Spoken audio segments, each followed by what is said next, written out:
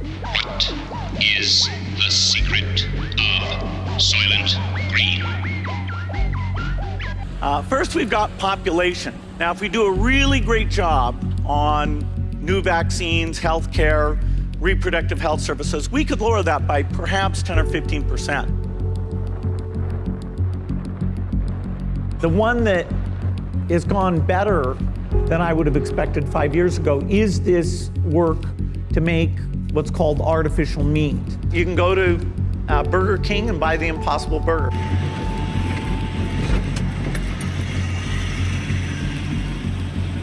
Go to Burger King, can I help you? Yeah, can I get an Impossible Whopper, just a sandwich? Put cheese on that? Yeah. Good deal. That's it? Keep up second with the free throw. Thank you. I mean, and we're taking things that are, genetically modified organisms. Some of them have side effects.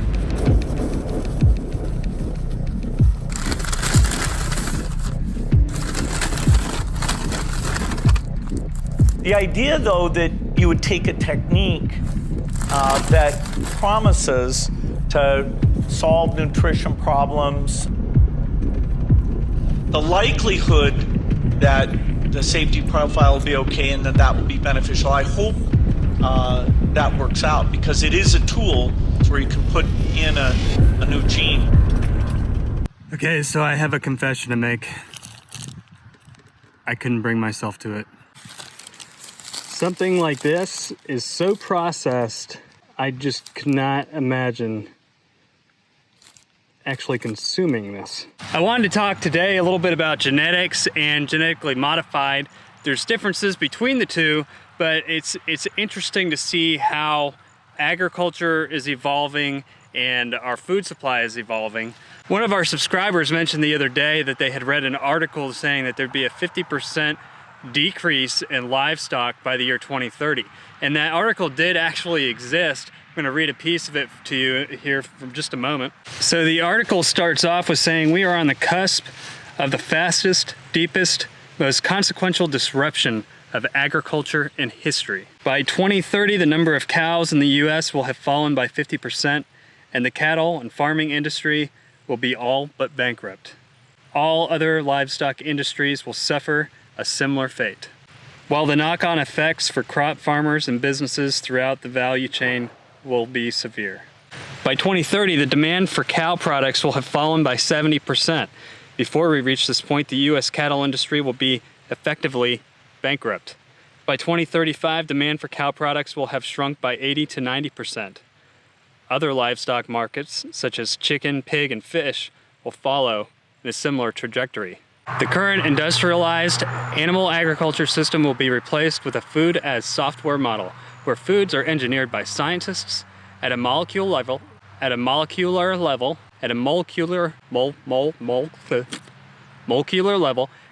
uploaded to databases that can be assessed by food designers anywhere in the world. This will result in far more distributed, localized, stable, and resilient food production system. By 2035, about 60% of the land currently used for livestock and feed production will be freed for other uses. This represents 1/4 of the continental US, almost as much land as acquired by the Louisiana Purchase of 1803. The opportunity to reimagine the American landscape by repurposing this land is wholly unprecedented. Modern foods will be cheaper and superior to animal-derived foods. The cost of modern food products will be half that of animal products, and they will be superior in every functional attribute. More nutritious, tastier, and more convenient with such greater variety. Environmental benefits will be profound, with net greenhouse gas emissions by the sector falling by 45%.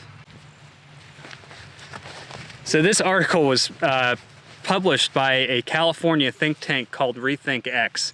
And basically, ReThinkX looks at what we call disruptive technologies and their impact on society.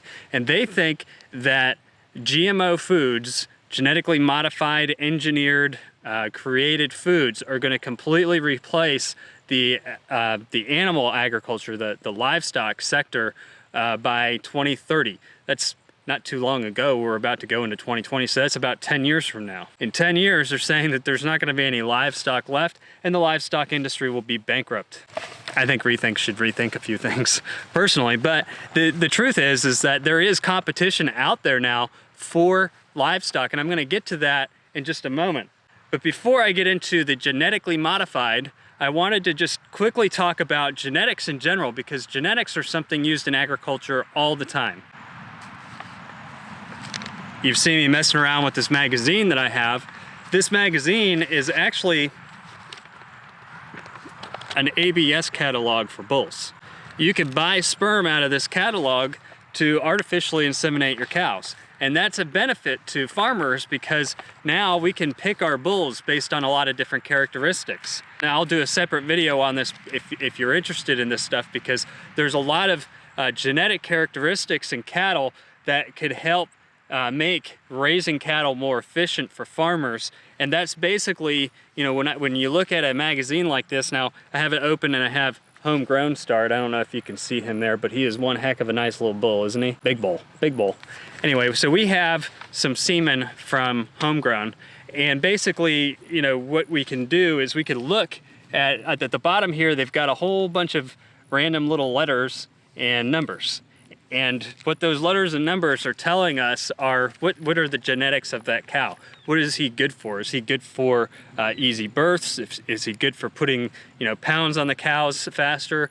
And we want to know, you know, everything from how much marbling is in those cows to, you know, what quality meat are we producing? Because no matter what ReThink RX thinks, nothing will ever replace select, choice, or prime meat. And that's what, you know, these catalogs, what we're able to do is we're able to read up on the bulls, pick our semen, and then, you know, build our herds off of genetics. We can look at the herds that we're trying to grow and establish our own genetic makeup within that herd. Now, this isn't an uncommon thing. This has been going on for probably a very long period of time. Before we had artificial insemination, people would look at a cow and look at a bull and decide which, you know, bull they wanted to bring to their herd to birth their calves. The biggest difference and the nicest thing about the technology today and the genetic testing that we've done today and the research that we have is now, instead of just looking at a bull and saying, hey, that's one heck of a bull, we can look at the genetic makeup of that bull and make a decision based on genetic facts. What are we actually getting? What is his semen going to give my heifer? Is she going to have an easy birth? Is she going to give birth to a cow that's going to grow fast? Is she going to give birth to, you know, a stable cow? Is a cow going to have good marbling? It's going to put on weight the way I want it to. A lot of that is kind of like, you know, people. You have people who generally weigh a little more, and you have people who generally weigh a little less. In society, you know, we choose our mates based upon attraction, and because of that, you'll see resemblances down the chain. Well, picking cows is kind of the same way. You know, they don't really have a choice because we're choosing which bull goes in the pasture with them. And in artificial insemination, we're eliminating the need for a bull. We're eliminating the need to pull a bull across the country to mate with our cows, and we're just buying the semen, and it comes in a frozen tank, and you can put it in there. I actually took a clinic on it last year. It was fairly interesting.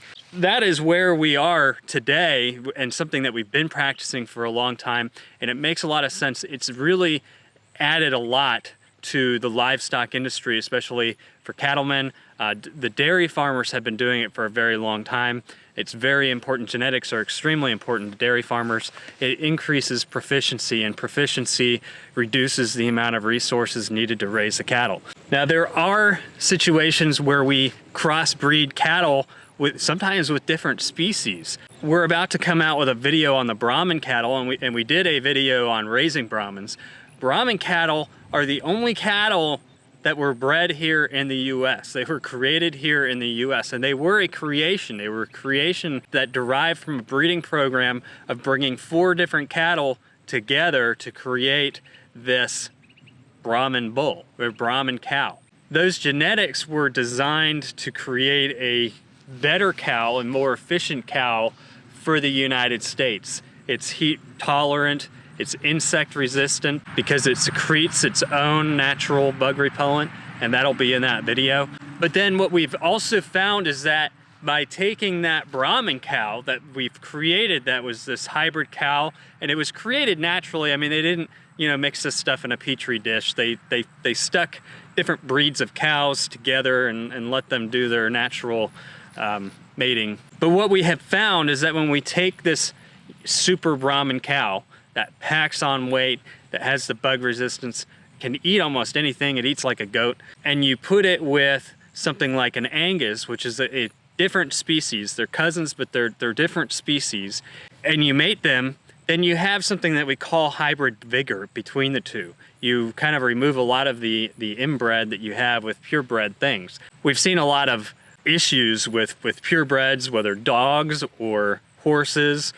So when you get into hybrid vigor and crossbreeding with a different species, it really brings some health back to the animal. And really in the wild, I mean, these animals would have mixed if they came in contact with each other anyway. So everything that I'm describing to you right now, choosing genetics, it's all natural. The only thing that's not natural about it is the artificial insemination, which is where you're taking the sperm and you're injecting it in yourself. We've also crossbred bison with cattle. We call them the beefalos, and we have that same hybrid vigor with those animals as well. Bison have a lot of qualities that are beneficial to the cattle industry. So when you can get some of those qualities into a cow, the result has been phenomenal, even with beefalo. I mean, they've mixed all sorts of things with cows. The point is that this is something that's been going on for a long time, and it's working. It's making raising cattle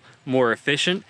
Sometimes, you don't get the quality of beef that you want with a mix, so you find one that works. The Brahman F1 mix is something that has been very successful in the United States, very successful around the world. The beefalo is a less common mix, but it's a little bit of a leaner meat because bison are very lean. It's probably not as mainstream as something like the F1 from the Brahman. But we have been doing this for quite some time. We've been playing with genetics, and now we even have what we call clones. So animals who have showed really well, who were impeccable species, they've basically taken to the petri dishes to recreate that animal to be able to have another producer to help build herds from that genetic line. And while I don't agree with cloning, it is a part of that industry, and that's where it starts to get a little more sci-fi, is with cloning. Sorry, you go. So just how important is cloning technology? But everything that I've just explained to you is genetics, using genetics to our advantage, using genetics to create an outcome that we want. Now, there's a different form of this called genetic modification. And genetic modification is completely different. It's extremely unnatural. Right, so genetically modified organisms, that's where you create by using some biological approach that changes the gene. The techniques we're using here were actually invented for human medicine. And in the case of human medicine, we don't have a total ban on all drugs that are created this way, nor do we have a total acceptance. What we do is each drug gets created, it's trialed, and then each country has scientists who look at, okay, what are the benefits and what are the risks of that new drug, and they decide. And it's a very sophisticated system that's trying to maximize human welfare. But the big wins are ones that come later, and each of those should be looked at as a special case, not ruled out or ruled in based on the general perception. Some of you may have heard of a company called Monsanto, and recently in the news, Monsanto has been mainly attacked for their Roundup causing cancer. It's been a huge issue. This whole Monsanto thing has been a big issue, and a lot of it comes down to their genetic modification and their chemicals, because nothing that they're doing is natural. None of it's good for the environment. You take individual genes from the DNA of one species and you force it into the DNA of other species. So you can mix and match between humans, animals, viruses, bacteria, and plants. One example is you can put a gene in that prevents the plant from getting disease. And so a disease that's wiping out the crops of poor people and causing tens of thousands to starve, you can get rid of that. But their seeds that Monsanto makes are designed to be able to grow in a field or, in row crops where other plant species can't grow because of the chemicals that they're spraying over the top. So Monsanto makes a weed killer like Roundup, and then they design a plant that can grow there so that people can grow crops and remove all the weeds. Then there's what they put in, and it turns out they're putting toxins into our food that kill insects. And they're also putting other things in the plants that allow the plants to be drenched with more toxins, weed killers, which we consume. And they make seeds that will do just about anything that the farmer wants it to do. And that's the whole pitch of companies like Monsanto. You've heard about the corn that is supposed to be increasing yields by 10% that's coming out.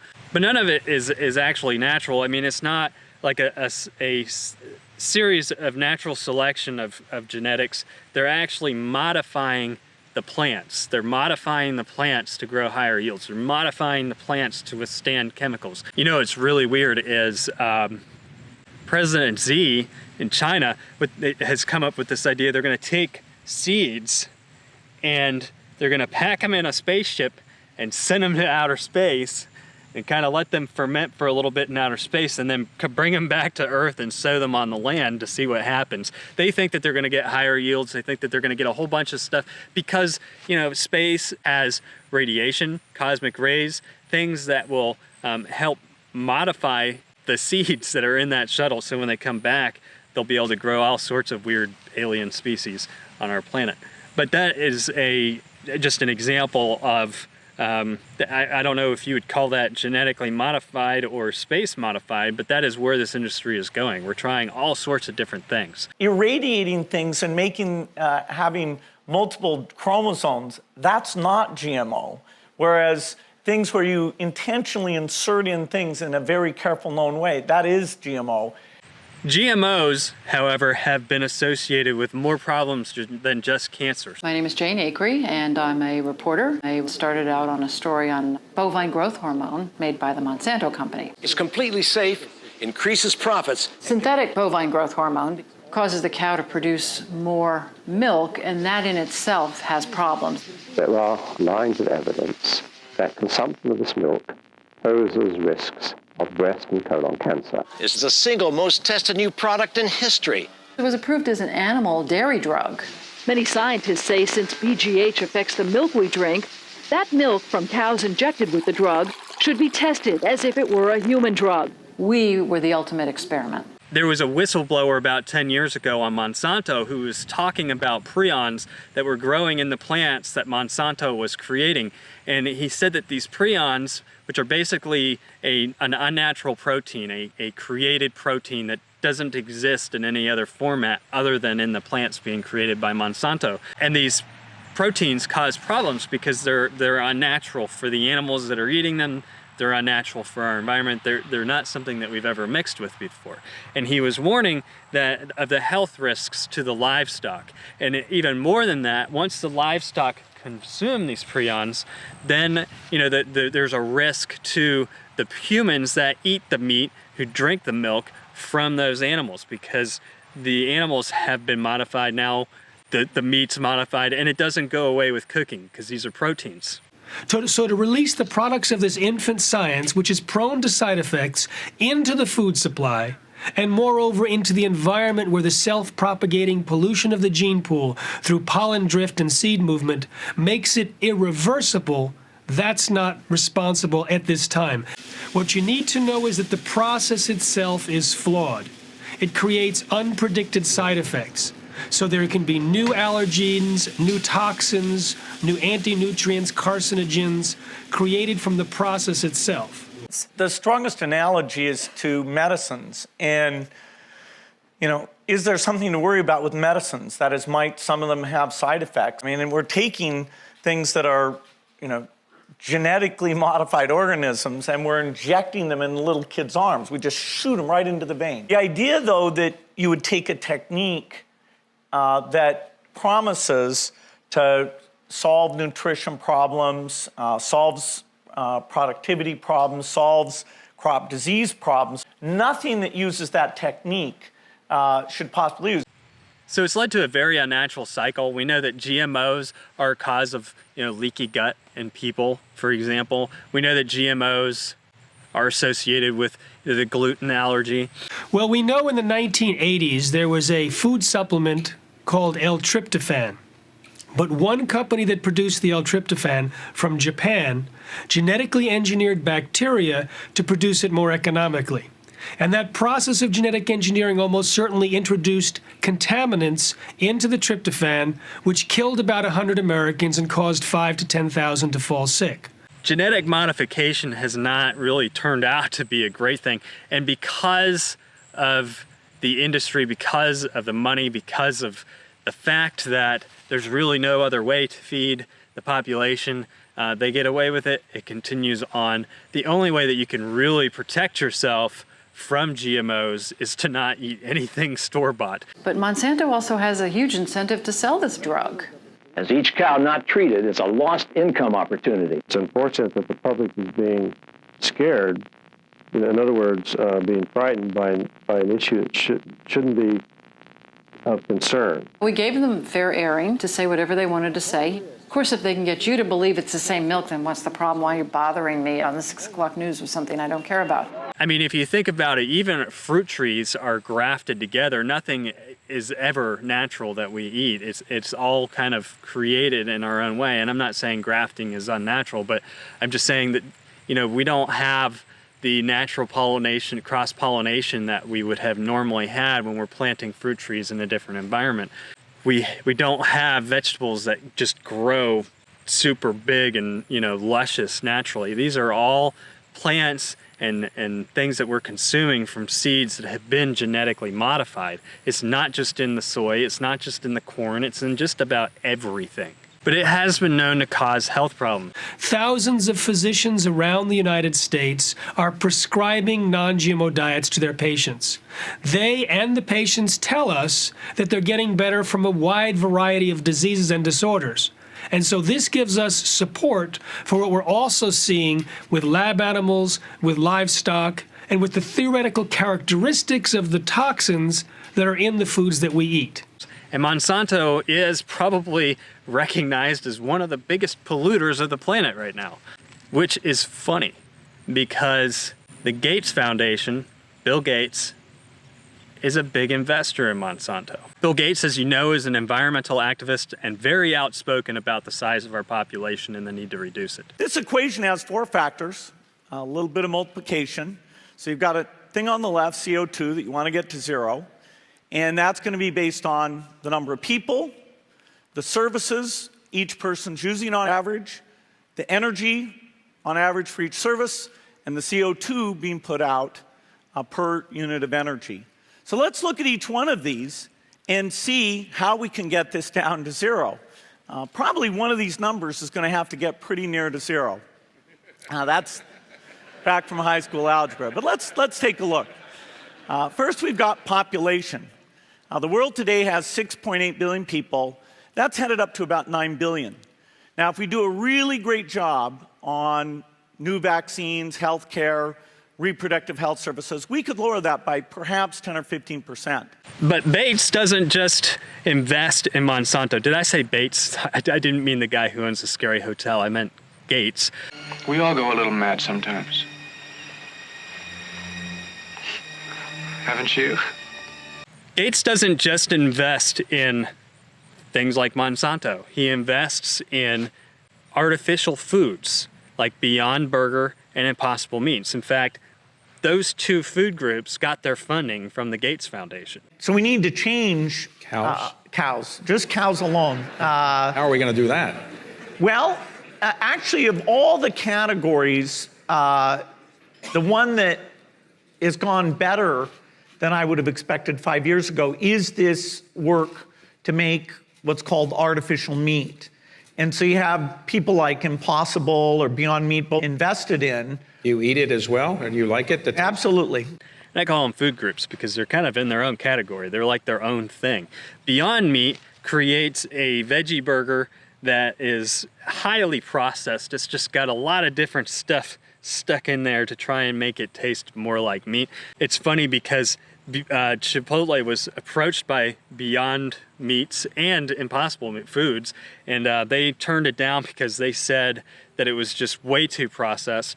And Whole Foods actually helped open Beyond Meats. They were the first ones to start selling Beyond Meats in their stores. But when their CEO was actually interviewed about it recently, because as they've hit the fast food market, there's been a lot of controversy about them. He said that he didn't think it was healthy. They were extremely processed, and they didn't represent the Whole Foods value. But that's all he wanted to go on record of saying, and he made it clear that that was all he was going to say about it. So we put it in our stores, we helped launch the brand. It doesn't fit our brand image. It doesn't fit what we're doing because it's extremely processed food. It's unnatural. It's created food.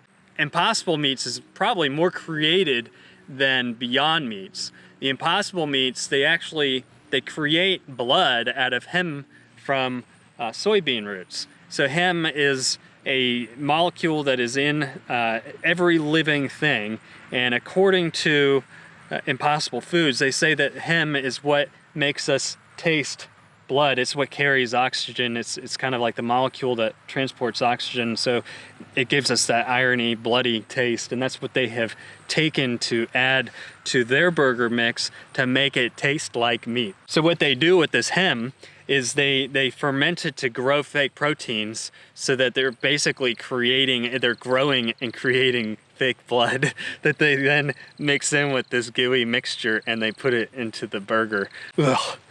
It's a radical new way of creating organisms that are not the products of the billions of years of evolution and not the products of sexual reproduction. After watching the video on how it's created, there's no way I could possibly eat that. I was gonna feed it to the dog, and then I thought that was just abuse. Anyway, so Impossible Meats makes their fake burgers out of creating fake blood through a fermentation process that creates fake proteins. And as we know, fake proteins, genetically modified proteins, cause a lot of health problems. And even though they've passed the FDA, they've passed a lot of regulation stuff, I don't think we really know what the effects of this fake food are yet. Right now, we cannot predictably and safely manipulate the genes in the way that we're doing to protect health and the environment. I don't think it can be that good. I don't want to put it in my body, but I'm sure that there are people out there who think that by eating this stuff, they're saving the planet because they're removing cows from fields. But you know, the interesting thing about this is without cows, without manure, without the natural ability of ruminants to fertilize our lands are going to become arid. And the only way that you're going to be able to grow stuff on our lands is through Monsanto. So everything that we're going to be eating is genetically modified. The soy roots, the soybean plants that are in the ground, the roots that they're pulling this heme out of is genetically modified. From start to finish, this is completely fake stuff. It's all the way fake, all the way to the burger itself. Now, I did pull apart my Impossible Whopper, and it was impossible to pull apart. The thing was like pulling apart a piece of rubber. And I say that because before I had that, I actually in the car ate a real 100% beef Whopper, and the beef, came apart very easily in my mouth. I was able to eat it, it pulled apart. The Impossible Whopper was impossible. It was chewy, and I didn't chew it, but it was, rubbery. It was weird. But that is what the big environmental movement is to move us more towards these genetically modified fake foods. Ever since these fake burgers have been around for several years now, but ever since these fake burgers have started to make it into fast food restaurants, we've seen more and more and more propaganda being thrown out there saying, don't eat red meat, don't eat livestock, eat the fake stuff because it's saving the environment. We've got our work cut out in explaining what agriculture is and where food comes from. Are you in favor of mandatory labeling? I think a broad umbrella in labeling that's based on science and based on facts. Now, making sure that there's that scientific depth so that they can analyze crop by crop, that's something that the foundation is helping to invest in. It's tied to everything from how the food is grown, to how it's processed, to how it's put into fake meat, and how it's put into your mouth. Well, we're, as you know, we're an agricultural company. We sell seeds to farmers who make harvests, and those harvests end up in plates around the world. In parallel, we're also funding scientific expertise that the transgenic approach probably can do better than any other approach. What are the benefits to them, and what are the risks? What's known about safety, IP licensing, and things that would make them hesitant. If you think that these investors aren't going to use propaganda, aren't going to lobby to get their product to go further so to make more money, you're absolutely wrong. How much money does he have invested in these fake foods, and how far is he willing to take it to make it have a good return? There are two main brands of this fake meat out there, and he is the main investor behind both of those brands. Not only is he setting himself up to feed the world, he's setting himself up to make money on every single person's meal. And again, we could all say it's maybe about money, or we could say it has something to do with his irrational concept of overpopulation. Either way you look at it, I don't know how anybody can trust food that's being produced from the same guy that's backing Monsanto. It just doesn't make any sense to me. Of course, then again, we all eat soy products. We all eat these seeds that Monsanto sows. I tell you, it is a scary, scary, scary world out there. You want to know that something that's really kind of scary, frightening, weird, it's more weird. I mean, a lot of this stuff is kind of like weird science, weirdness. We've been talking about these fake meats that are grown from that are made from fake blood that Bill Gates is behind. And I don't know who's behind this. I haven't looked that much into them, but we now have scientists growing meat in space. And this is actual meat that's growing in space. 50 years ago, after Yuri Gagarin was the first human in space, the world gasped as Neil Armstrong became the first to set foot on the moon. 50 years later, in another giant leap for mankind, Aleph Farms has become the first to produce slaughter-free meat in space. This is a milestone that demonstrates our capability of producing slaughter-free meat anywhere, in the harshest conditions, with no dependency on either land or availability of water resources. Our mission into space comes at a critical time, as we are heading towards a food security crisis. That's why finding ways of producing food with limited resources is crucial. At Aleph Farms, we are advancing the production of nutritious, cultivated meat that won't cost the earth, allowing anyone, anytime, anywhere to have access to high-quality, safe, and nutritious meat for an active, healthy life. 50 years ago, no one imagined humans would leave a footprint on the moon.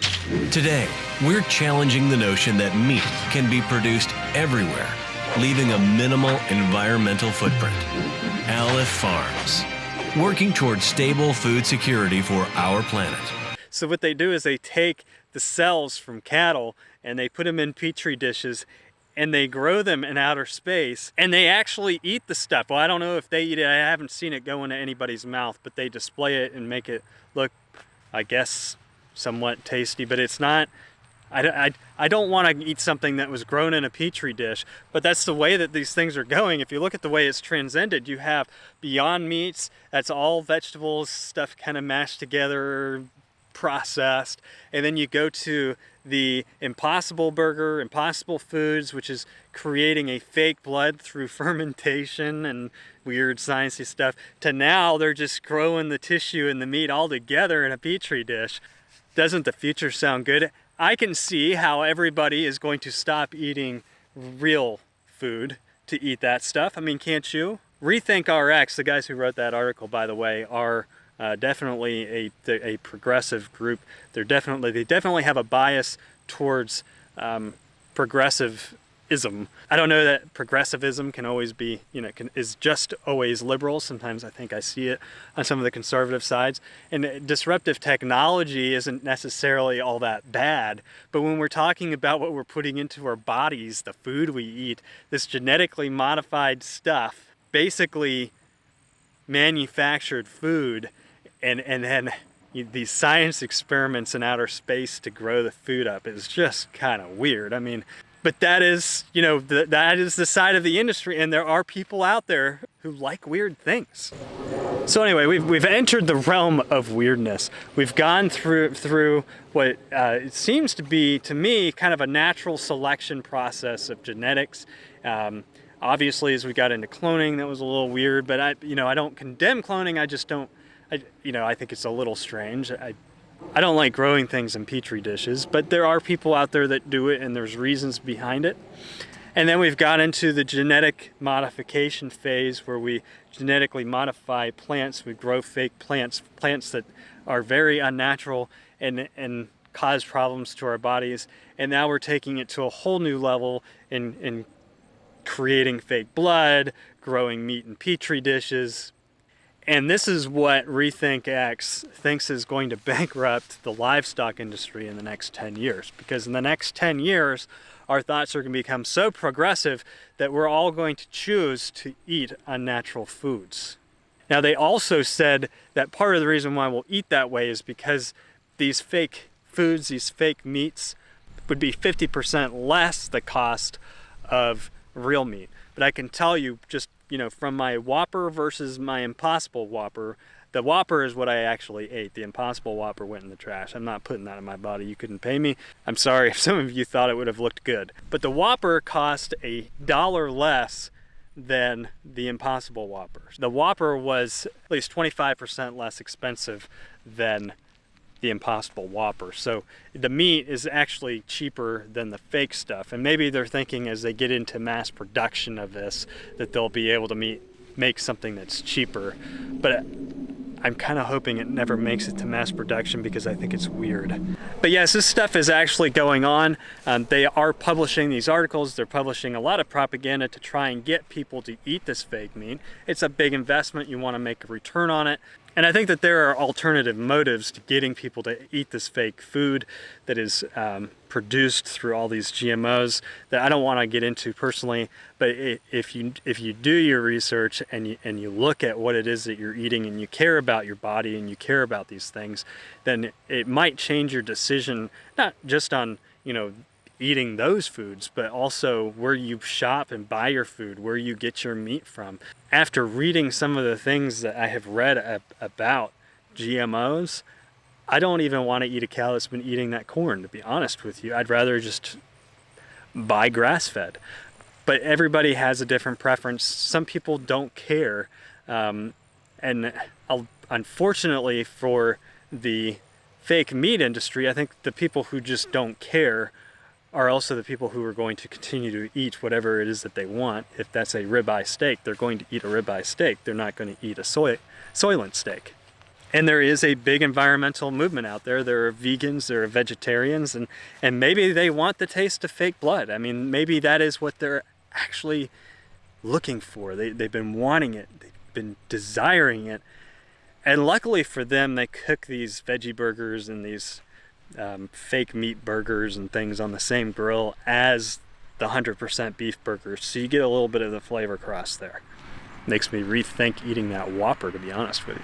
So I hope I clarified a few things about, when we talk about genetics in agriculture and livestock, and then we talk about genetically modified, what the difference is and what it is that you're actually eating when you eat things that are genetically modified. Is it real? Is it natural? Is it something that, some scientists figured out that through natural selection they were able to get the perfect plant? It has nothing to do with that. These are creations, experiments, and they grow with things like prions, unknown proteins, that affect the animals and the people that consume them. So whether it's the process of genetic engineering itself or the specific gene that they put in, there's now considerable evidence that this is not something you want to put in your mouth. Right now, we cannot predictably and safely manipulate the genes in the way that we're doing to protect health and the environment. To the extent that they affect us, I don't know, but like I said, there are a lot of articles, there are veterinarians and researchers out there who have made the claim, and I somewhat agree with it, that it decreases the fertility rate.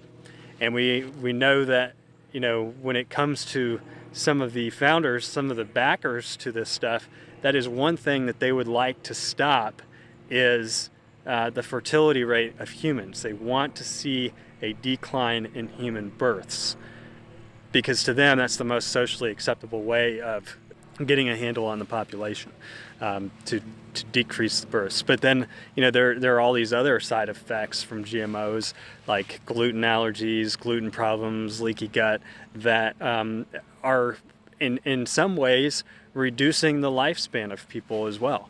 So artificial foods is not good, it's not healthy, it's not natural, it's not something that is divinely created, but I suppose it serves its purpose somewhere. In parallel, we're also funding scientific expertise, and then they'll on their own be able to make that decision. The likelihood that the safety profile will be okay and then that will be beneficial, I hope that works out, because it is a tool where you can put in a new gene called an RNA interference gene